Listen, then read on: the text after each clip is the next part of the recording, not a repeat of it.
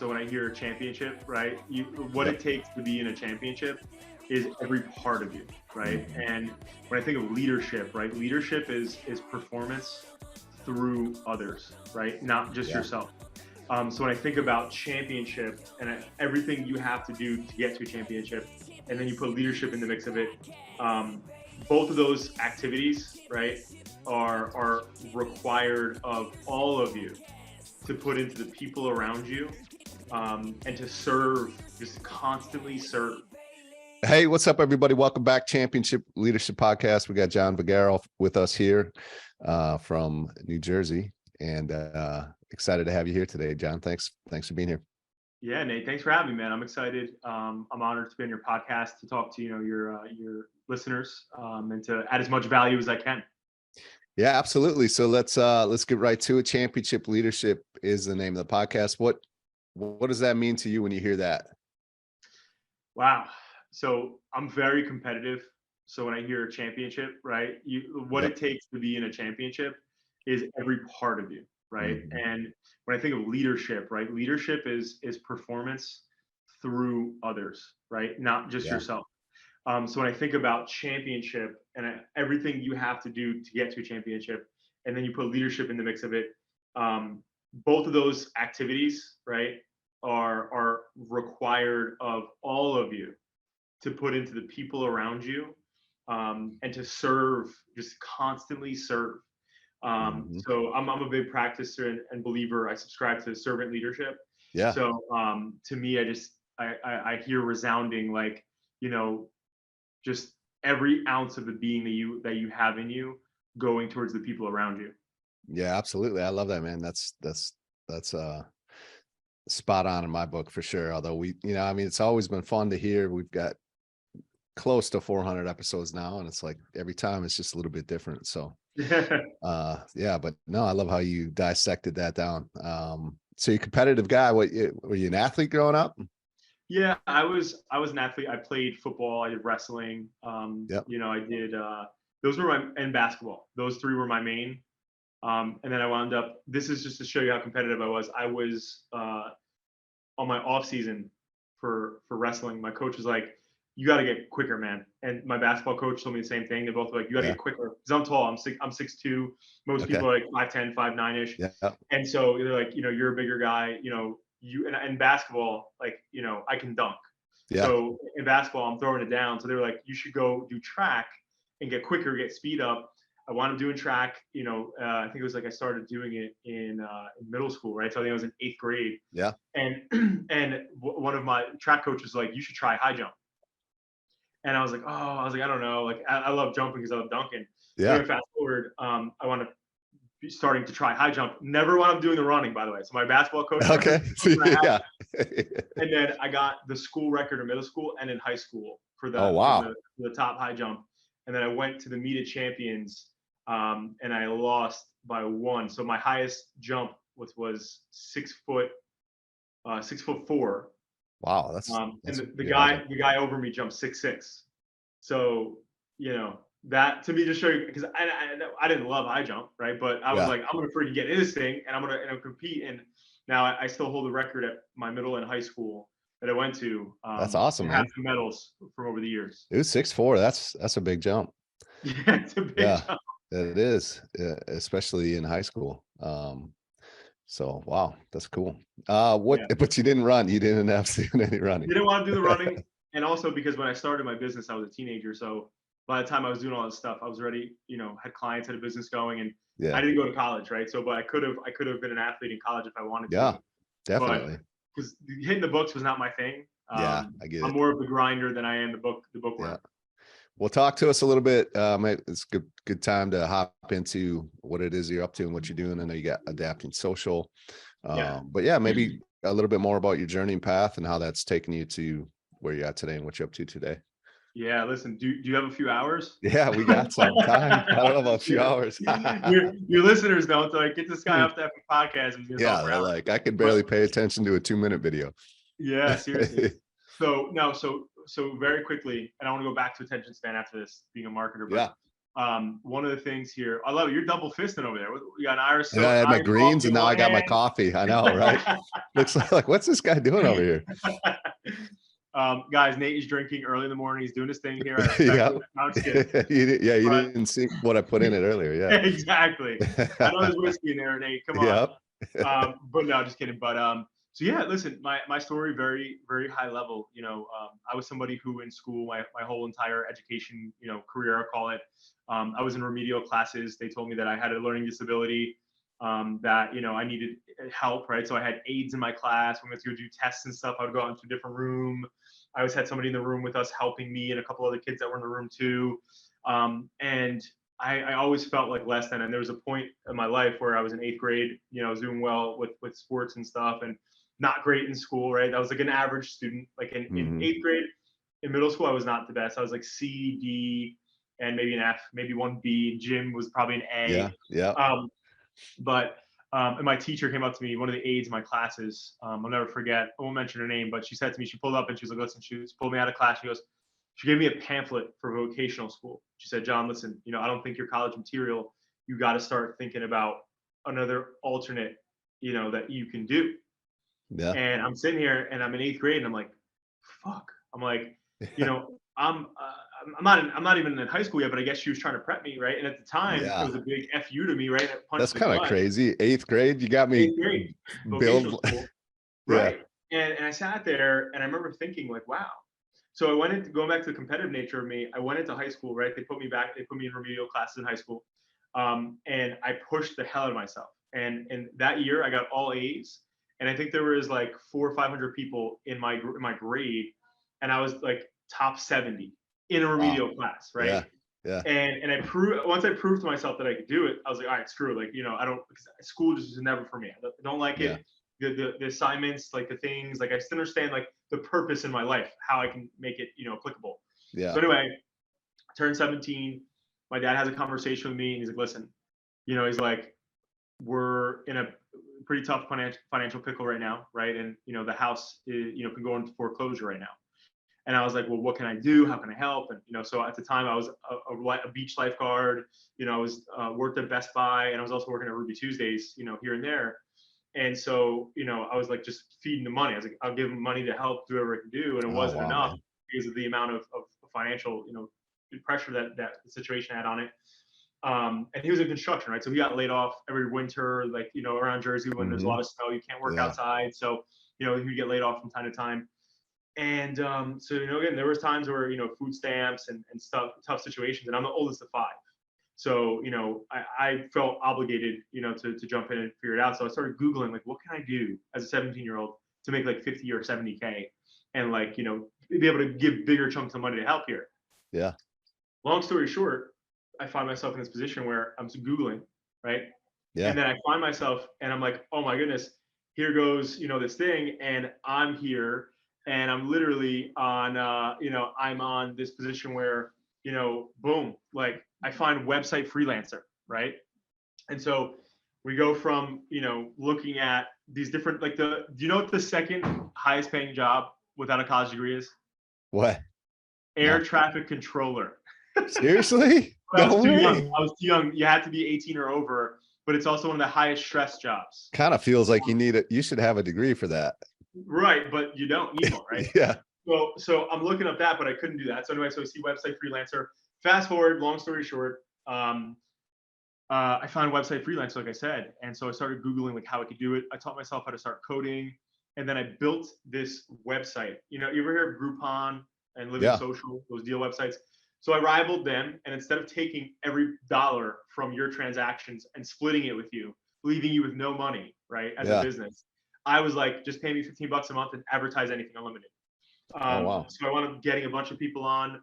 I started to help my parents, and then what changed my life, it took me, by the way, Nate, 3 months. I had 4 buddies with me that were like, all right, we're cool. We're gonna do this business thing, right? So we're all walking around, knocking on doors in suits and shit as 17-year-olds, looking like freaking a bunch of schleps. And then, for the first 2 weeks, we got all rejections. Middle of the winter, first 2 weeks, freezing outside, 1 buddy dropped. Yeah. Another week goes on, another buddy dropped. Then fast forward 4 weeks in, it's only me. Everyone's like, John, this isn't working. It took me, Nate, 3 months to get my first yes. Seriously. And I And you kept doing stuck it. with it that whole time. Stuck with it. I believed in myself. I was like, I know I'm closer to a yes. And anyway, the first client that I got where he changed my life is he goes, do you build websites too? Because I was only trying to get on my deal website, right? Just for his coupons and stuff. Yeah. And I was like, I can build a website. I was like, but I go, Jay, I wouldn't even know what to charge it. And he was like, listen, the last guy that, that we used, he charged me $1,000. So he's like, if you could do it for me, and do a little bit less than that, then I'll pay you to do it. So I was like, would you do like $850? He's like, yeah, let's do it. Gave me a check that day. Really? And you have to imagine, I'm door knocking for 3 months and fucking roll into this guy Yeah, with check, right. leave me the check. Yeah. And that turned my fucking soul on fire. I was bet. like, oh my God. Gave the check right over, cashed the check, gave it right over to my parents. And then before you know it, like I started to understand what I did differently when I walked into his door and my pitch. And then I started just doing that, right? You have to remember, this is going back 15 years ago. This is at a time where Facebook was not around for business. Instagram was not a thing. Yeah. MySpace was in. So I'm here pitching people when they didn't believe they needed websites. So fast forward, I wound up scaling the business, to my own point where I could do it myself. And I took my parents out of foreclosure, right? And Such to an me, awesome story. Yeah, to me, I was like, dude, let's go. And I remember, I'm still in high school. I'm still like thinking about prom and shit and chicks and like all that stuff. Yeah. And so, high school graduation comes. At that point, I was making some decent money for myself, as an 18-year-old, 17-year-old.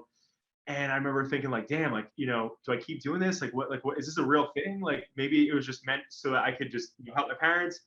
And I said, you know what, I'm gonna take this, because I never thought of like, when she told me that, like, you're not college material, and then I started to do this, I was like, damn, like maybe she was right? Like at that point, like, maybe I'm just gonna go right into it.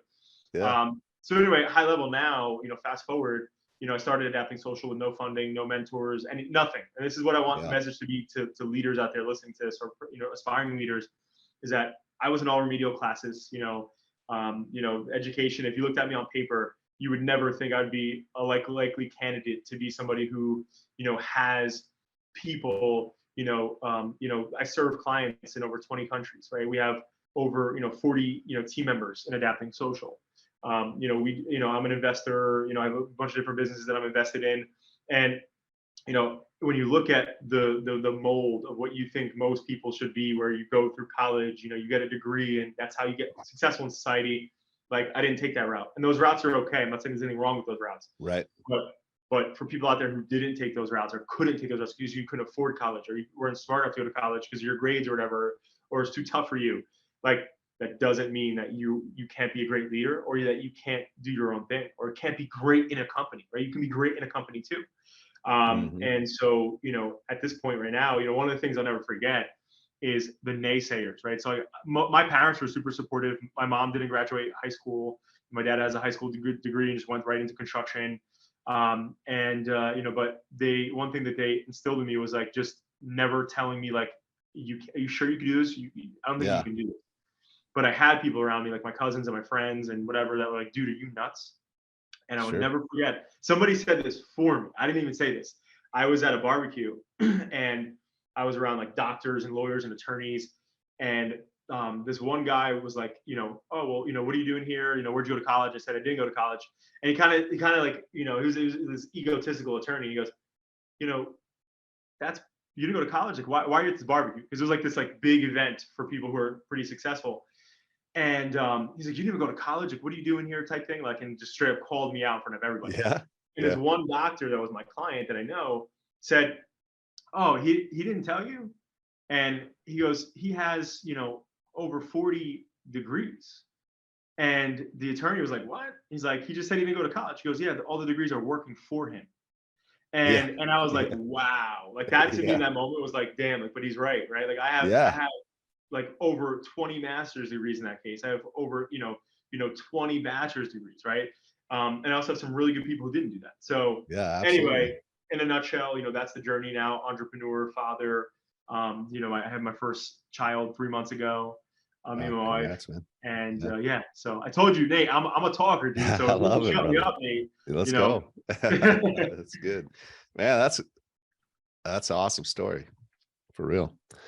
Thank you. Yeah. What was I'm just curious, like, I don't know. You think of myself as a parent, and like if I'm in that situation financially, and then just the thought of having to have my kids help me out. Number Yeah. one, it would have been hard pill to swallow, on top of Yeah. probably the hard pill to swallow of actually like accepting money from my kids. Right. Just all those variables, whatever. And I'm sure maybe they had some of that going on for themselves as well. But what was that like? Was there any of that, or was it just? Yeah. Well, listen, you can tell when my dad came to me and started having those conversations, like his tail was between his legs. Sure. It's not Yeah. an easy conversation to have. And now having a son, like I'm working my ass off so that he's never in that position, right? Also pretty incredible that you did that, but yeah. Thank you. But Yeah. you know what though, Nate, and the one thing I want everyone to listen is that like life, I'm a Christian, right? So I believe in God and stuff. And Yeah. so like for me, I'm a true believer that like life happens for you no matter what the circumstances. The law of polarity is if there's an up, there's a down, there's negative, there's a positive, every situation, right? And it's hard when you're in the trenches to understand the value you're getting for life experience out of situations. But I'll tell you this. So he had his tail between his legs. It was a very difficult conversations. There were moments where I felt like, damn, like I have to jump in. How can I help? But then also felt like, damn, I'm working and now I'm not making any money, right? Like I'm doing all these different things and now like I don't have my cash. I'm making go hang out with my friends or go do whatever. But what I will tell you though is in retrospect, like me and my dad have had some clashes, right, over the Sure. years, because of things, alcohol related and stuff. And one of the things that I'll tell you is that in retrospect, I'm so thankful for that man and so thankful for those situations because Yeah. what he actually gave me was a Harvard education on life. Yeah. Because in those moments, yeah, like you're like sitting there like, damn, like, your father has to ask his kids or whatever, and those types of things. But I had to realize at like a teenager level that like sometimes life isn't going to always be fair. Sometimes life isn't always going to be this straight and narrow path. And sometimes in life you're going to need help from people, right? And Yeah. so when I looked at all those different circumstances, Nate, I said, shit, but I wouldn't be sitting here on this podcast Yeah. with you Right. No if doubt. that whole situation didn't happen. And my dad gave me this biggest blessing of my life Yeah. in multiple situations because Yeah. I would have just been probably a normal dude doing normal things and whatever. Right. And he forced me to have to get scrappy and to go figure out shit because of his hardships. Yeah. And I'm forever grateful for that. But I mean, we could talk. I think there's a million leadership nuggets just in that story and that experience right there. I mean, the flip side for your dad is just not the ability to put his ego aside and like be able to do that with you and go through that and have that conversation, accept your help, because I think that's what great leaders will do. And I think that's like some of the not so great insecure leaders would never go to someone on their team and humble themselves like that and admit the faults and where they're at and really ask for that type of help from their team, when I think the great leaders obviously would. So right, championship leadership. It's not easy, and I think one of the things that I learned from those experiences, right, like being old as the five, even before that exact situation happened, I had to step up as like a man in the house a lot. Yeah. So leadership started early in me, like when I was 10. Yeah. To the point where like I was disciplining my siblings because they weren't listening to my mom when my dad wasn't around. So, so in those moments, yes, I thought like, why the fuck is this happening to me? Sure. Why am I in this position? Like, Yeah. what the hell? Like, why did I get stuck with this, dad? Yeah. And then when I look back, I'm like, holy shit. When you look at life like that, even when you're in shitty situations, like that was the biggest blessing that it could have ever had happen to me. Absolutely. And so there's a lot of leadership things that happen, and I think I'm a big believer in adapting social and in any company that I'm involved in. I'm a big believer in that your character is defined when your back is against the wall. Yeah, It's not 100%, defined right? when things are going fucking great, Yeah. right? And Yeah, sorry easy to for breaking lead the when things are podcast. going good, right? Yeah, because anybody when it's a good day, it's easy for anybody. But I think in those situations as a leader, right? We call it championship leadership, right? Being a leader is not about being liked. Being a leader is about getting results through people and being respected. And I think that's why when you look at most leaders, they're assholes or they're dicks. And and you look at them and you're like, what the fuck? But when you really analyze leadership in its truest form, you look at Steve Jobs, the most successful company on planet Earth right now, with the most cash in hand, is Apple. There are people who revere Steve Jobs because of his success. The people that worked for Steve Jobs, in most cases, respected him, but feared the fuck out of that guy and probably didn't like him because at the end of the day, he was about results. And the thing I want to talk about, at least from my perspective, what I had to learn in my career, I'm a natural, and I'll call it recovering people pleaser. I love being liked. I want everyone to be happy with me. I don't want anybody to be mad at me. And most of my career, I focused on people liking me and my team. And what I realized over time is that that's the opposite of leadership. When you're not holding people accountable because you want them to like you, you are literally royally fucking yourself and your team member because you're hiding feedback and you're what we call LHFing. You're lying, hiding, and faking, as opposed to being straight up. So we here practice not LHFing and being fucking real people who are like, if something's up, right, Nate, if you and I are in a position and you didn't perform well on something, I'm going to have a sidebar with you and put you aside and be like, Nate, listen, we started this podcast off and you did X, right? And you're better than that. Why didn't you do X, right? What happened there? And it might be an uncomfortable conversation, but that's my job as a leader, is to have uncomfortable conversations that are going to drive peak performance. And when you're a better performer and you're getting better results as a team member, you're gonna make more money. You're gonna have more impact. You're gonna feel more fulfillment. So I just wanted to share that bit because over my career, if you were to ask me when it comes to leadership, what was my biggest, takeaway? See, I'm even asking myself my own questions here, Nate. I love it. So Nate's gonna have me host this podcast next week. But one of the things though, that I think most leaders need to realize, and I'm still on my journey, man. I'm a recovering people pleaser. I don't care anymore about being liked. I would rather have somebody become the best version of themselves than me be hiding feedback or the reality of the situation and the gravity of each situation to save me from having to be in an uncomfortable conversation.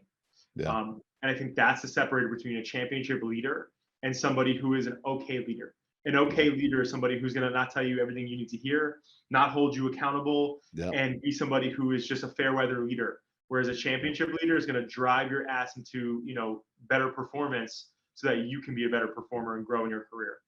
Yeah. Amen, man. I love it. I appreciate you hosting the show too and being the guest at the same time.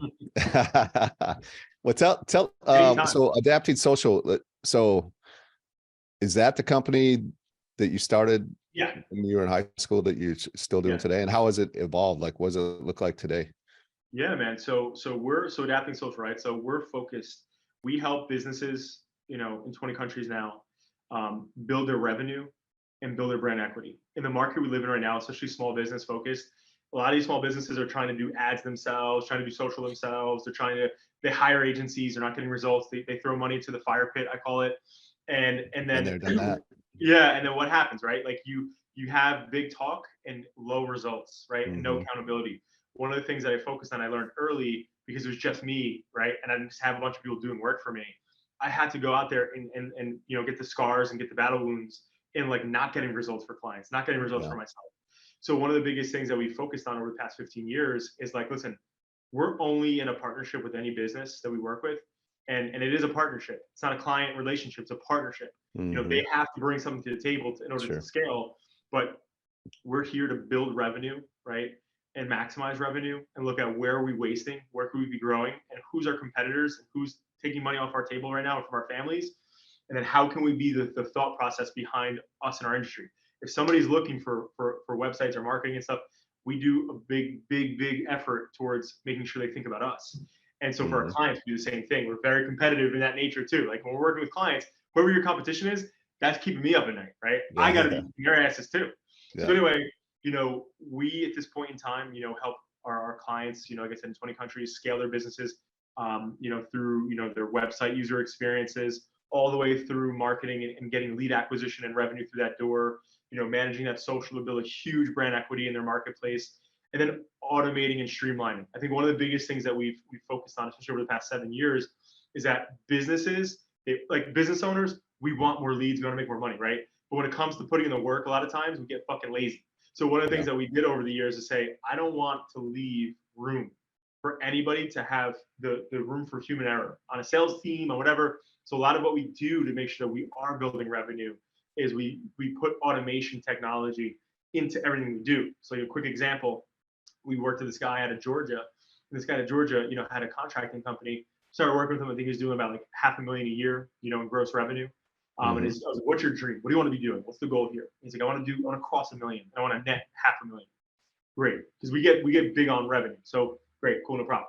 So year 2, I think we got him to about 3.5 million, netting over $1 million.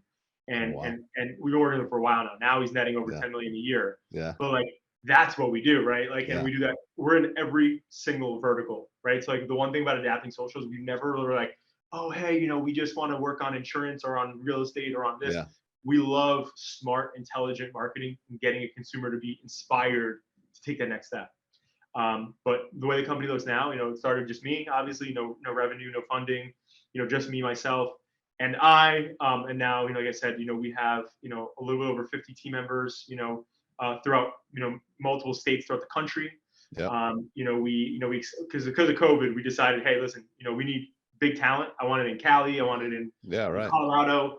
So eliminated just having to be in person. And yeah, in 20 countries now. And we what we do at Adapting Social, we changed our ethos after this most recent conference that we had every year. But this most recent one in 2023, we just got back from it 2 weeks ago.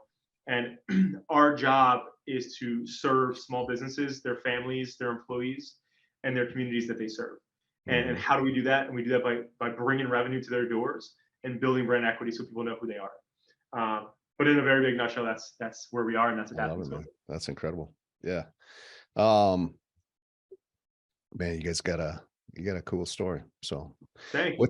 Yeah, it's awesome. I love it. I know we've hit on a lot of the things that I would typically talk about already, but I do always like to ask this question. What is, think of a critical moment for you. And obviously I would think that one of the major critical moments you've already shared with your father and, facing foreclosure in your home and creating what you've created to go out and to help, help your family at such a young age. But yeah, I think we have a lot of different critical moments in our life, kind of this fork in the road moments where we're trying to figure out which way do I go, left, right, and the listener right now, especially the last few years, difficult times, there's a good chance that there's a listener out there in that moment right now, trying to decide which way is the way that they should go. And I think there's power in hearing from each guest and how they've chose in those moments. So maybe there's a time where you did choose what you did, which has you where you are today, but you could have been a very different place had you not. There is.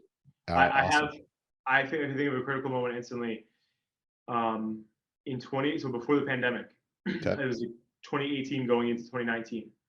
We had a lot of clients at one point drop at the same time, right? And again, in my business, I have a lot of team members. So like I have a lot of overhead, right? Yeah. So the one thing for anybody listening in, like, again, as you probably can relate, if you're a business owner, expenses always go up, but sometimes revenue can fluctuate, right? Right. So and a lot of times expenses, if you're lucky, are predictable and fixed. But not everybody has that. So anyway, I had a bunch of clients drop in 2018 going into 2019. Wow, it was like a tornado at once. And I found myself having to put my own personal savings into payroll. And, we were at a point where, we hit, I've always had like this like nest egg that I built up since I was like 17. And I've never had to tap into. Is that tied? You think is that tied back to because of what happened to your parents, you think? Absolutely. Yeah, for sure. Yeah. Right. And so boom, I had this thing over there on the side, right? Never touched it, didn't even look at it, right? And just kept feeding it though. And so boom, I hit a point where, wow, I was starting to dip into that. And when you have a big team like this, payrolls are not, they're not just 50K, they're not just 100K, they're not just 200K, they go up. Right. So, so I'm sitting here and I'm like, damn, like I'm dipping in a big way. And I had a point where I was like, holy shit, like, you know, in the next few months, this could dry up that well if I don't, figure this out. And the path that I took, which there's two things I took away from it, right? Is one, as a business, you're in business to be profitable. I don't care if you're a passion project person, I don't care who you are, what you do. A lot of most businesses, I'll even just say in the United States, year over year, don't make any money, right? They just skim by enough so they don't have to pay taxes and shit. Some people get creative so they don't have to pay taxes in certain ways, which is great. But a lot of people don't make the money that they're putting in the effort. They don't get to enjoy the fruits of labor. Business can be a vacuum. So when you at the time, it was for me, like all my energy, all my time, all my focus wasn't ever with my wife, it was always just out working, flying here, going there. And again, at this point in time, putting money into the business too. And I said to myself, I made a decision at that point in time. I said, listen, I'm here because if the business isn't making enough money, that means I'm not gonna be able to pay my people more and help them scale and do more things. And I'm gonna put more into softwares and development and research and all these big things, and ultimately, feed myself, right? Like we're doing what we're doing as entrepreneurs because we want to do it on our way. It's number one, but number two, so we don't have to somebody tell you, oh, here's your paycheck. So ultimately, I decided then and there, this is not just like fun and games anymore. Like I have to get analytical. I have to get very financial. I have to get very deep into all these different things. And I learned so much about, like, I could be a CFO, literally, like, no joke. Like, and one of the biggest things that I learned, and this is a good little quote for anybody listening, is expenses are like fingernails. You should be clipping them often. I love that. You need to clip them often. They're gonna grow. They're gonna grow back. Yeah. But you need to fucking clip expenses regularly. Every month, my wife is my CFO. Yeah. Every month we sit down, we look at what could we cut, what could we cut, what could we cut, what could we cut. Like, and that was my learning part there, because I was spending all this money on this, spending all this money on this. I had this crazy 6,000 square foot, building. It was epic. It was like our Keystone building at the time. We had over 40 people in it at any given time, and clients coming in, podcasts happening. Like, it was just this crazy, awesome environment, but it was just draining revenue, right? Yeah. And so you look at like what's necessary, right? Like in business, you have to think of the necessity. So that's number one. Number one thing is expenses are fingernails. Clip them bitches. Okay. Number two was, I need to find somebody who has gone where I want to go, right? And the analogy that I use from Ray Dalio's book Principles, is, if you're gonna go, if you and I, Nate, are gonna go through this jungle in Africa, right? And there's two tour guides in front of the jungle, right? And we walk up to it, and person A has been through the jungle a million times, but he's more expensive. And then person B has been there once or twice, but he's less expensive, right? It's like most people, right, logically go, I'm going the cheaper guy, right? Yeah. But what I had to realize is that you need mentors, you need coaches around you that have been to where you want to go. And that's part of being a good leader, is downloading somebody who has been, through this world 20, 30 years, 15 years, whatever it is, and they're going to download 30 years to you in a year. Yeah. So I hired, my coach at that time. One of the best things I ever did. He's still my executive coach today. But I think not enough leaders invest in themselves to the point where, it might be uncomfortable. At that time, I was losing money, and I still hired a coach. I was like, I need to get out of this. Yeah, and I also hired some other experts around me in the business, right, to give me some light and give me some guidance. So ultimately, those are the two biggest things for me, is that you have to get, like, in business, sometimes you have to look at it like, this is a business, not just fun and games, because you're also, your either success or lack of it is directly going to impact all the team members that you have. So if you have a big team, like, like 30, 40 people at the time, like I had about 20 people at that time, that's their job. That's how they're paying their bills. That's how they're doing whatever, right? So you have to take business very seriously. And I've always laughed and been like in my personal life, Nate, I'm a goofball. I love joking around. I'm a work hard, party hard guy. I like to fucking have a nice cocktail and party with my friends. But in business, what that taught me is you have to find your mentor, and you have to also find that seriousness in you. And you need to know, I think every business owner needs to know financial literacy, the point to where your business inside and out, as well as the art and what you're doing. Yeah. Right. Those two things have to be married if you're going to be successful. Yeah. Man, that's awesome. That's a great way to wrap up what we're doing here today, and some incredible I would say tips or principles for business owners as well, right there, out of that critical moment that you faced back in 2018. So what's the best way is there a main channel, or the best way to connect with you and Adapting Social and what you guys are all about? Yeah, if you wanna engage with us to scale your business and get that revenue up, it's adaptingsocial.com, or the @adaptingsocial on all platforms: LinkedIn, Instagram, Facebook, Twitter, you name it. Me personally, I'm at VJohny with one N, JOHNY, VJOHNY, VJohny on Instagram, and LinkedIn is John Vagueiro. But I will leave you with one quote though. Yeah, let's do it. I'll leave you the quote here. So one of the things that when I was starting the business, I didn't have any mentors that I share with you. I was like, I want to find a quote that can really just it could resonate with me while I'm going through all this shit right now. And the quote I want to finding, I put in my parents', where at the time I was living in the basement, I put it next to my bed, and I put it in the bathroom. So when I was brushing my teeth every morning and every night, I saw it, shower, whatever, went to bed, I was looking at it every day. When I woke up, went to bed. The quote read, "Live a few years of your life like most people won't, so you can live the rest of your life like most people can't." And to unpack that as a leader or as an entrepreneur, you have to understand that in leadership and in entrepreneurship, it's not about you, right? When you're a leader, when you're an entrepreneur, even though you want to make more money or you want to do bigger things or whatever, you're going to serve. It's about serving. It's about you have to struggle before you emerge in anything. And I took that deeply into everything I do. So when I've started different ventures, when I invest in different companies, I know that I'm going to have to fucking struggle before I'm ever going to go out to the other side and be like this, successful person. And that's an ingredient. That's why life is designed that way. You have to earn success, and success is like rent. It's due every month.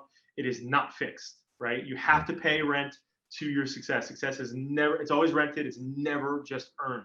I don't care who you are. There's people who are trust fund babies that went through all their money, and guess what? They're not successful anymore, right? You have to keep coming back to the table as an entrepreneur, as a leader, because success is due every time you put that hat on. And I just think it's so important people listening here think that way, about the leadership journey and their entrepreneurship journey. Man, we just got 2 quotes there. So I like that. Yeah, absolutely. Over delivering. So good, man. That's what I like to do. Yeah.